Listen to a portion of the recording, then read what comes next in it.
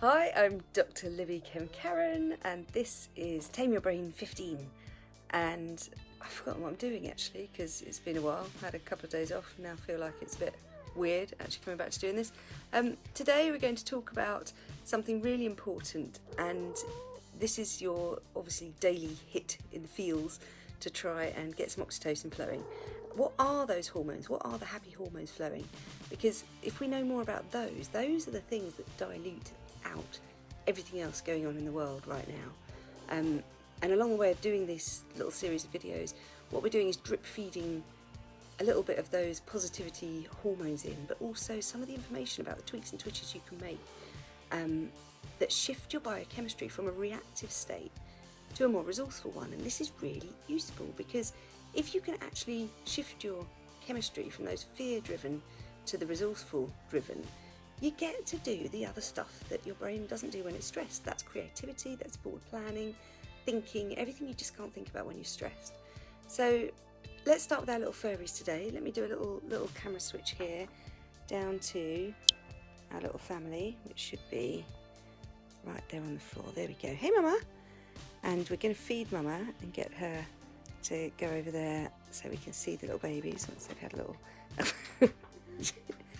She, as you can see, is very motivated by food, and they are left just on the floor to their own devices while she feeds herself. Nice little self-preservation kicking in there. So today I thought we'd talk about zooming in on that word stress, because right now it may not feel like stress depending on your situation. You just might be a bit ratty, a bit short-tempered, or you might actually be in that thrive phase where you've actually acclimatised a fair bit and you actually feel like you're okay now and you can keep going at this pace. Or you might be complete end of tether and about to hit a massive wall. Wherever you're at, you can always move your brain and body to a more resourceful state just by choosing to switch chemical paths. And no, I'm not talking about mind-altering drugs, I'm talking about altering your mind drugs. That's slightly different. We've all got them. Dopamine, serotonin, oxytocin and endorphins all act to give you that sense of pleasure. We've got these four. These are the big four that we utilise in our brains. Dopamine is the first one I'll start with. It's what we normally think of as the happiness drug. However, that's quite a misconception because it's actually involved more in anticipation than the actual happiness feeling. It's more like a striving emotion.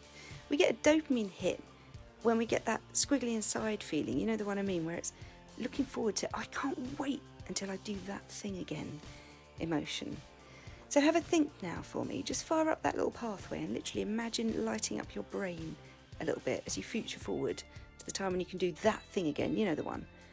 And if you're struggling, because your brain shuts down these pathways when under strain, it just doesn't need them, you might actually have to work quite hard to get this to fire up. So go ahead and take a minute to picture. Is it a day at the beach? Is it a holiday with a pool? Just pick a picture and put that front and centre, because what that does is it starts to make your brain release those chemicals which are so good for you. Oxytocin is the next one. It's the love drug. It's about bonding and closeness. If you think safe, dark, warm, it's a hug. It's a happy hug hormone. So picture that one for me. Who do you love? Who can you not wait to hug again? Make your brain go there, because that's how our brain works. It accesses these hormones when we need them.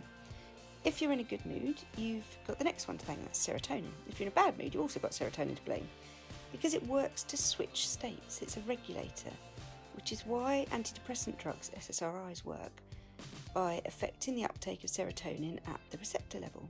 Interestingly, 80% of serotonin actually exists in the gut, and it's governed by your state of hunger. And yes, this is why you get hangry.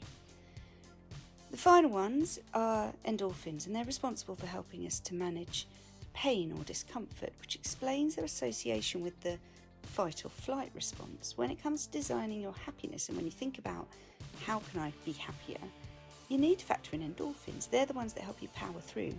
Marathon runners get to push their body through discomfort because they condition themselves to do this endorphin release, which makes it into pleasure, not pain. So why is it useful to know this, guys? Well, here's the thing. If you know more about your chemicals and you know what triggers them and you know what sort of patterns you run, you can work out how to make them pop when you want them to. you can literally plan how to get these chemicals to release more frequently. Oh, here comes Mama. She's had her food, asking for more.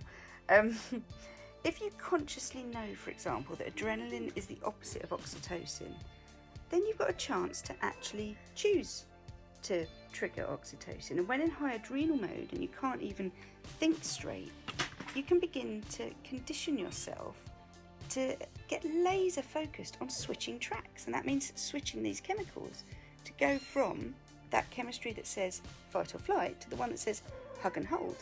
And that's literally something which people train themselves to do. So the question is, do you know someone who's highly effective? Do you know what they do differently? I work with several high-level coaching clients, and the one thing I notice again and again is those people that are able to achieve more do so because they can change their state. They do so because they can switch their paths and they can choose to be more effective, and so can we all. So can we all. So I'm going to grab a kit and I'm going to show you this one here. This is my favourite at the moment. So this is a little show and tell today, especially for Harrison, who I think might be watching with my very long-term friend and client from my platinum group. And I think they're watching every day, not always live, but I know they see back. So hello, Harrison. This is little Smudge, who might actually end up staying with us because he's just so adorable. And he's having a little hide in my hair. So you can see how much they've grown, guys. And this is obviously, we're now at week 2. And we've got these little babies now walking, their eyes are all open, hello. And they are beginning to be a lot more mobile. They're also shouting less. You can see that we've got a lot less squeaking going on. That initial panic stage that they were in, that massive fight or flight reaction that they were all having, yeah, I know, they've come out of that now. Because it's not as scary, and this is where well-handled and well-managed kittens get their little characters from. Because if you come out of fight or flight, you're free to be more yourself, you're free to be more who you really are. And that's all I want for everyone, really, is to be able to manage your state enough to come out of the zone where it's panic, fear and terror into the zone of resourcefulness, future planning and pleasure again, because pleasure gets put to one side when it's all about survival mode. So that's it for today. I hope you've enjoyed that little canter through the brain chemistry. Those are the big 4 of the pleasure hormones. We'll come back to those because they're really important and they govern how you manage your state, and they being triggered in different ways is the key.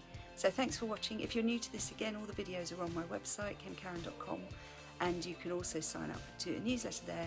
I'll be releasing details on Wednesday of a longer webinar that I'm doing on kid behaviour, because I know that's a big challenge for lots of us at the moment. So thanks for coming along, guys. Stay well, and I'll see you tomorrow.